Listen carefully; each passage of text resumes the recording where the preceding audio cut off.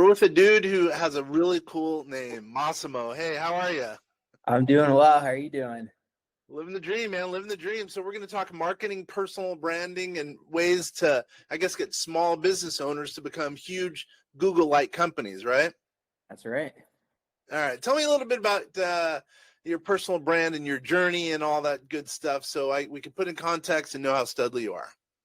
Yeah, no, I mean, it all started back. I started a marketing company back in 2019, and it was really based off of the idea that, you can utilize Instagram to grow your business, get more leads, get more clients, and really just build a brand around yourself. I used to always say, like, you go to a networking event, people hand out business cards. The only problem with handing out business cards is, people see the name, they see the logo, but they don't really know too much about you versus handing out like your Instagram, for an example. You're able to tell so much more about the person. And a lot of times now, especially nowadays, people use your social media accounts as a reference point. So it's, bringing who you are offline and putting that online. At the end of the day, it's a game of perception. Yep. And I think that's funny you say perception. We, as you probably know, we at vastsolutionsgroup.com, a lot of our clients are small business owners. Pretty much all of them are entrepreneurs, and that they're usually solopreneurs from all over the country. 93% of them are also real estate investors. Again, in pretty much every state. Plus, we have some offices in the UK, and we have one guy over in Germany right now. But anyway, so there, some of our clients. So, and I know a lot of our clients and listeners and viewers want to build their personal brand. I can pretty much promise you that.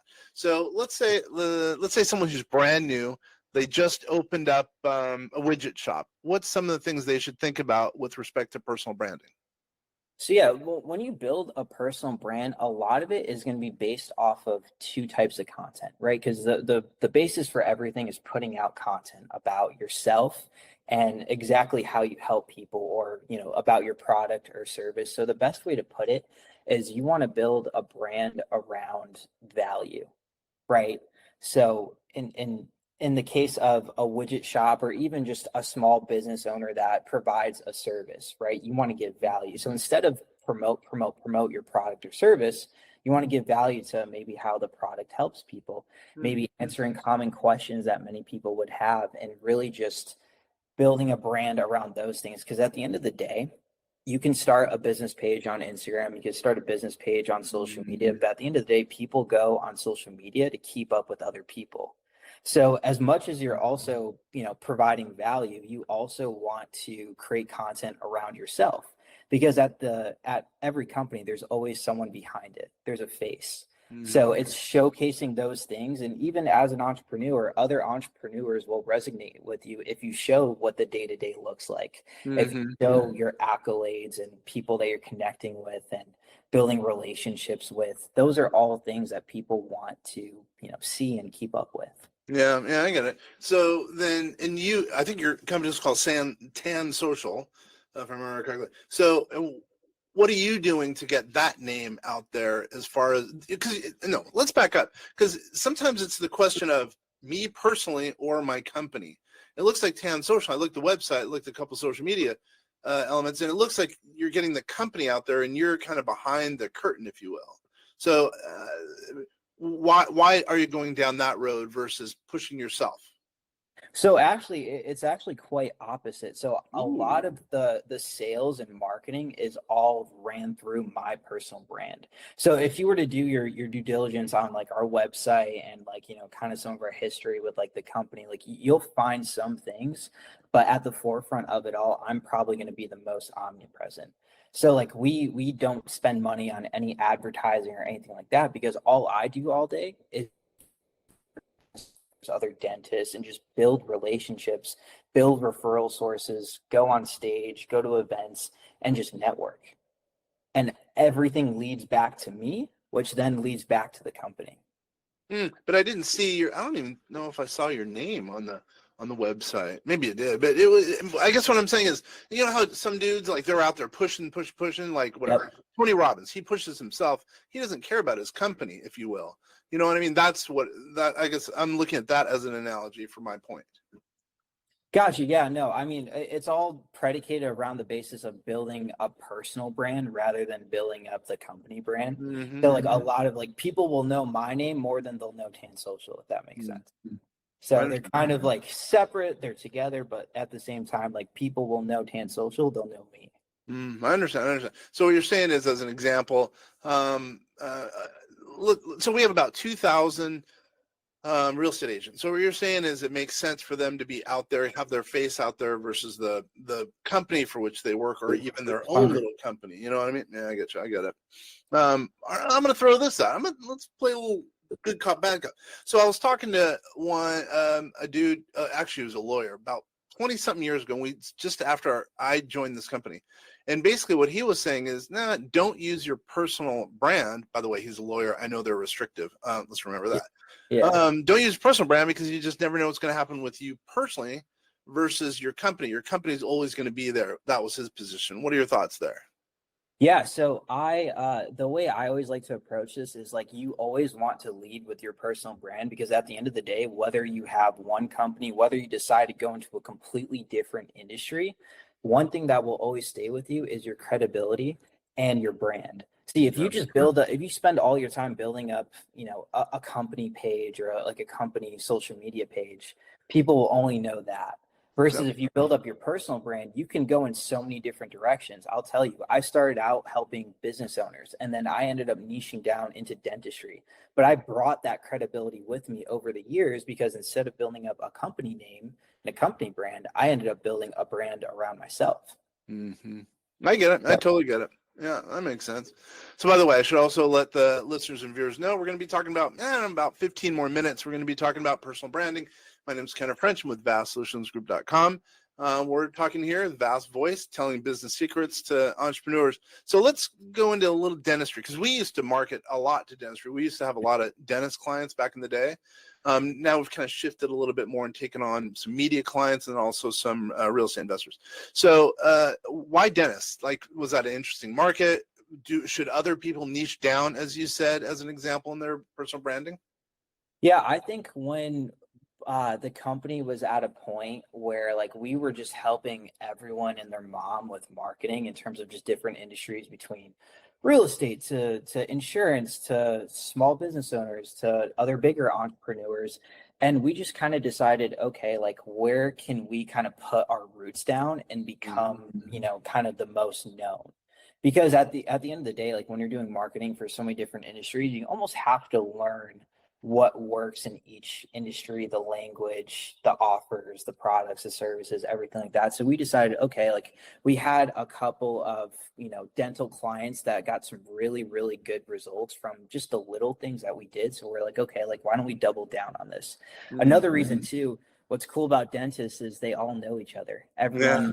They're all friends. They're all mutually connected somehow. You tend to find out it's such a small world between the continued education, between them going to school together, between them being in groups. So for us, it was kind of like a power play of like, okay, if we can get like 3 to 5 people to just like completely blow up and use them as reference points, I can go to any other dentist and be like, hey, look what we did for this dentist and look what we did for all their friends. And for us, that was kind of like our, I guess, organic marketing strategy where it's like, okay, like let me also as well, like a lot of these dentists and dental practices, like they all have consultants, they all have, coaches, they all have someone that runs their books. What if instead of going directly to dentists, what if we went to those people, build a strategic partnership, and then influence their clients to then come to us?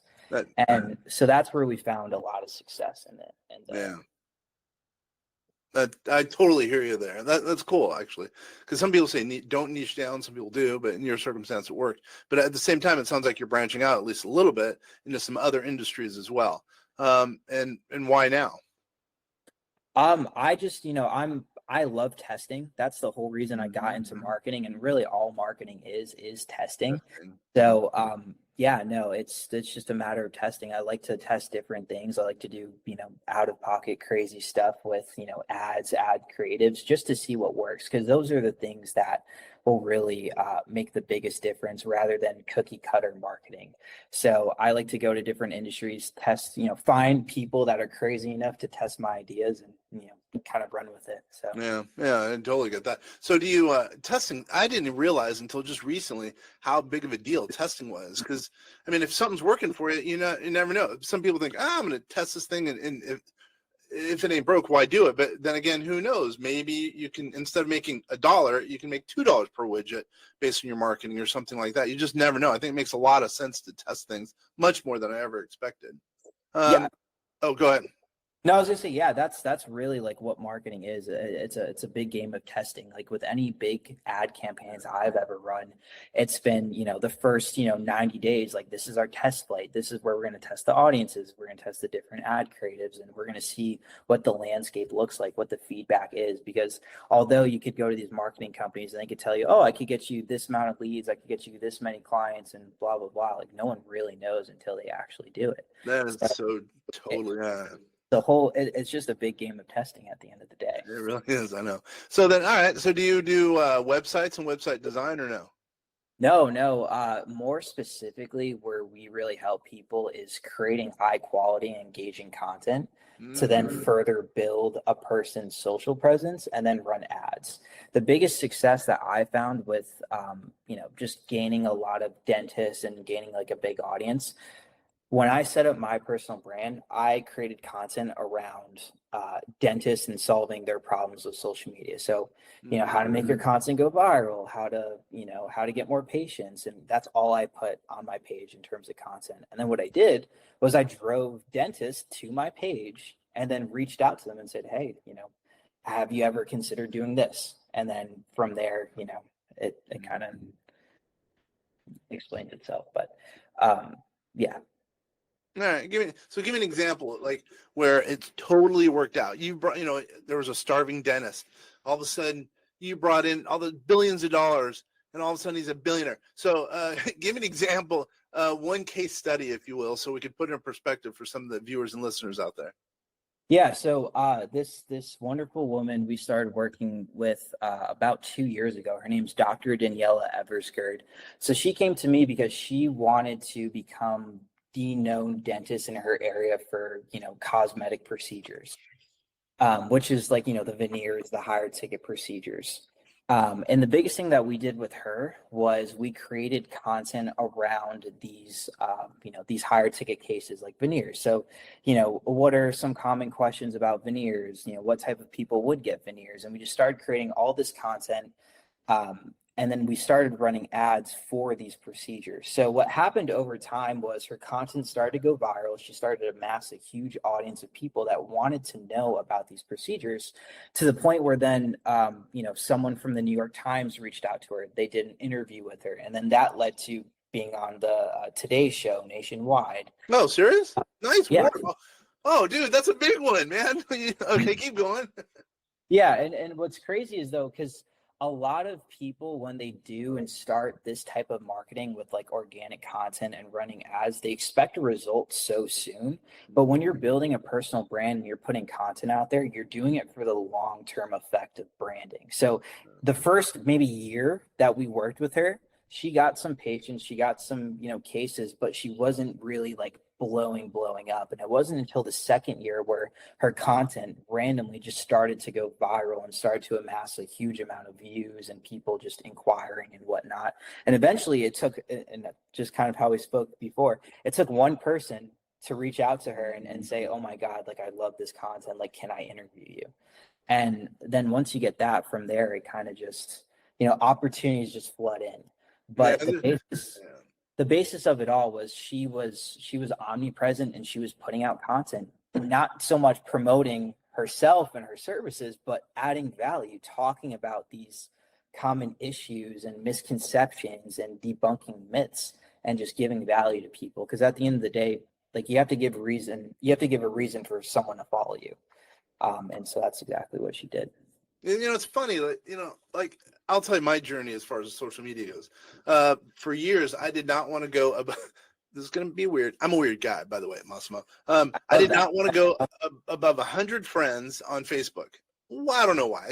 I was not social. That's just not my gig. And then all of a sudden, just before COVID, I'm like, well, wait a minute. I'm going to be passing off this company to some younger kid. They're going to want to do social media. They're going to want to have systems. So I said, okay, we're going to start doing content. We're going to start, being out there as far as social media goes. And it totally has expanded our business. Now, it's amazing that now looking back, like I was a complete idiot in not doing any marketing. It's the only way to go. But I would say the biggest thing that I have seen where there's been value based on social media, et cetera, is by producing content on a daily basis for whatever it is. And I think it's really, really important. And then who knows, just maybe you're going to have a pop, and who knows, maybe you're going to be on the Today Show as a result. But I think, to me, that's really, really important, is just to get the content out there and be consistent. And I think with someone like you have a higher likelihood of making sure someone's doing content every day, but also making sure that someone could do a little bit better in their content, therefore have that much better of an opportunity of being seen and then popping as far as going, viral or whatever. I mean, I honestly, I got it down to a T in terms of making value-driven content go viral. Mm-hmm. Just to give you like a little context to it, I mean, all it really takes is, you got to make videos that are under 30 seconds, and you have to have three things. You need to have a clear hook, something. A lot of times I like to say, use an if-then statement. If you're someone that's wondering blah, blah, blah, then blah, blah, blah. Then you address some type of pain point, right? And then you go into the takeaway. I'd say that's the biggest thing, is the takeaway. I'm sure you know who Alex Hormozy and people of that nature are. So what was very interesting with Alex Hormozy and his come up to, going viral, was a lot of his content was just straight, direct, just value, where you can watch one of his videos and take, some type of action step afterwards that will produce a result. So it's a very similar concept with the information that you're putting out there in terms of content. You just need to deliver it in a certain way. So when you plug it into a formula like that, because one thing you should never do, you shouldn't record videos that are 2 minutes long. You shouldn't introduce yourself and, waste the first 4 seconds, because the first 4 seconds are probably the most important part. That's going to be the make it or break it from people watching the whole video. And how the algorithm works now is it's based on watch time. So if you make a 1 minute long video and people only watch 10 seconds of that video, you don't have a lot of watch time. Instagram isn't going to push it out to people. Now, if you make a 20-second video and people watch 10 seconds of it, you have more than 50% retention rate. So Instagram is going to put that out there as, okay, people are enjoying, engaging with this content. We're going to show it to more people. And sorry, keep going. That's huge what you just said. No, yeah, and above all that, I mean, the biggest thing too is like, use your social media as kind of like a blueprint. Like when you go to make content, I always say you want to make batch content. So you don't want to spend a whole lot of time like each week, oh, what am I going to make tomorrow for a piece of content? Like what I would do is I would take one day out of the month, break down your services or whatever you can really add value or speak on, and break those into subtopics, like, 3 things you should consider before doing this. Here's how to solve this problem. Here's a solution for this. And you make a bunch of these topics. You spend one day to record it all, and then you release it, I'd say about 3 to 4 times a week. And what you'll see is after a month or two, you'll get to see, how good that these videos do, because you'll look at the feedback. You'll look at how much likes you got, how much comments, how many views, and this will be your roadmap to what type of content you need to start making.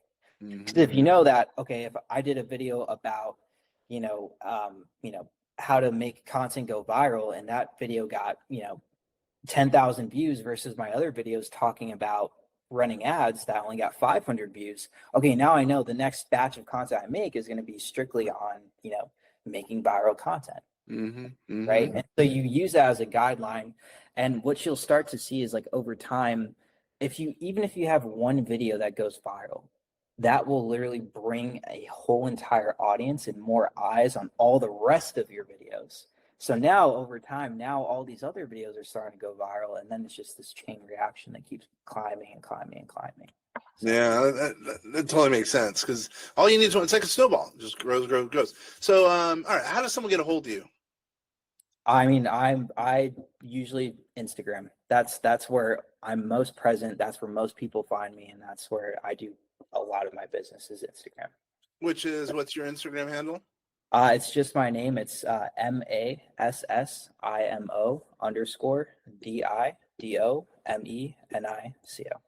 That's going to be real easy for That's people. gonna be a tough one. Yeah. All right. But So what's one thing we've talked about or have not talked about that you think the viewers and listeners out there should see or hear that can add value to them? Again, let's assume they're a small business owner, dentist, real estate agent, and they want to take it to the next level. What do you suggest?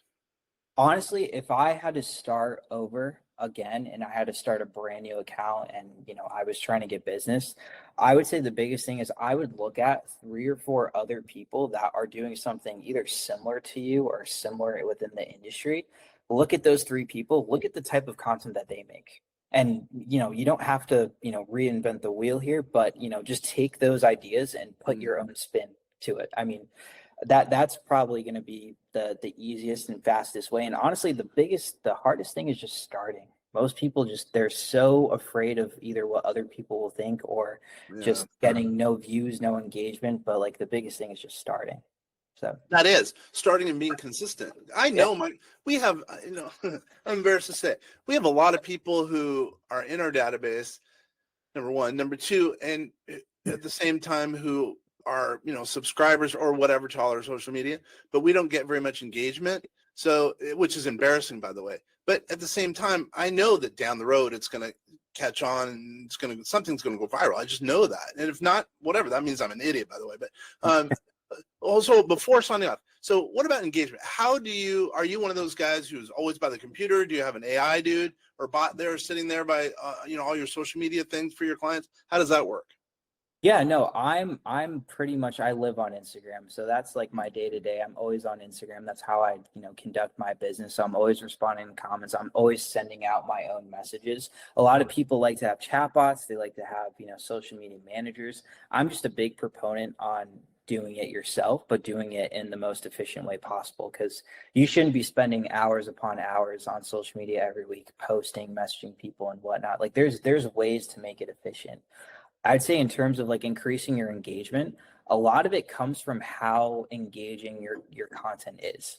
Honestly, like there's no special hack of, well, send your post to 10 people, post it here, do this at this time. A lot of it comes from just the quality of video. And honestly, it's not that hard to really increase the quality of your videos. Have good lighting. If you have, subpar of an iPhone that shoots at 4K, I mean, you don't need a whole camera crew to make really good content. It's just the delivery. Yeah, So but our content is, I'm not trying to make this as a help me thing, but yeah, totally. why not? Whatever. It's we make it more educational, but the same, we don't really have hooks per se, and we don't have any hot girl. No, just kidding. By the way, I shouldn't have probably said that. I'm probably gonna get sued or something for that. Meaning because I'm not hot. I'm not a hot girl. I'm the one who does our videos, right? Yeah. It's informational. So let's say we do a lot of, 401k plans. I don't know if you know what that is, but it's a government sponsored plan for, employers to help employees, generally speaking. And what we'll do is we'll do a full, let's say, hour video as an example and cut it up. But, it's how to start a 401k, how to maintain one, and how to close one. And I don't think it's really engaging per se, but then again, I look at it as informational. And if we're doing those type of videos anyway, why not put them on social media? So I don't know if we're ever going to be kind of the one to, increase engagement per se, because our videos are like that. Does that make sense? I'm not even sure why I'm telling you that. But No, totally. And that's the belief that a lot of people have when, like, because at one point that style of content did very well, where you can take an hour long, call it episode or just like yeah. film session and cut it up into clips and it just be the highlight of the conversation. I think the biggest thing now, since everything's so fast paced with scrolling and people's attention spans, is just condensing and concising these topics down. So like you said, what is a 401k and all that stuff. Like I would condense and concise that and make it as if you're trying to teach it to a fifth grader. Because at the pace that social media is going and people's attention, like that's how people consume information. Because it's the information's valuable. It's just the way you deliver it to make it consumable to consumers. Yeah, what I think we're going to start doing is, it's kind of in line with that, like doing top 5 lists, as they call them, And so like instead of doing an hour thing, maybe do an hour thing, but also doing a blurb, like an overview, top 5 ways to whatever, start a 401k or whatever, you know? So, cause I don't have the attention span to watching our stuff. I really do think it's cool. I know it's cool. It's very helpful, right? Someone could do all their own stuff based on the content we put out there. But at the same time, I have a short attention span, really short attention span. So like sitting and watching a full, 15-minute video even is a lot of work for me. You know what I mean? Yeah, no, that's how it is now. People don't stay on a video for more than, 10, 20 seconds on average. So Yeah, it's crazy. I know. you Even have like TikTok's too long for me. yeah, you have this short window to capture someone's attention. Yeah. Wow, we've gone over a lot and we've jumped all over the place. So once again, how does someone get a hold of you? Instagram would be the best place. And can you spell your name? Good luck on that, by the way, for everyone out there. How do you spell it? Yeah, it's MASSIMO_DIDOMENICO.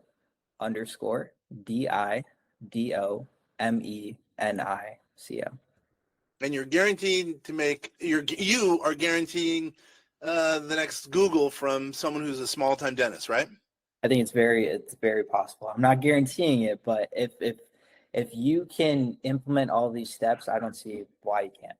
I like it. Yeah, that's a good story. That dentist you were talking about, doing the veneers, etc. That's a pretty good story. I like that. Thank you. I appreciate that. All right, guys. Hey, this is Kenneth French. Obviously, I work for VastSolutionsGroup.com. I'm with Vast Voice, telling business secrets to entrepreneurs. So glad you guys have spent the time. Hopefully, in some way, you picked up something that can help enhance your business and make you into the next Google or whatever. Anyway, thanks, guys.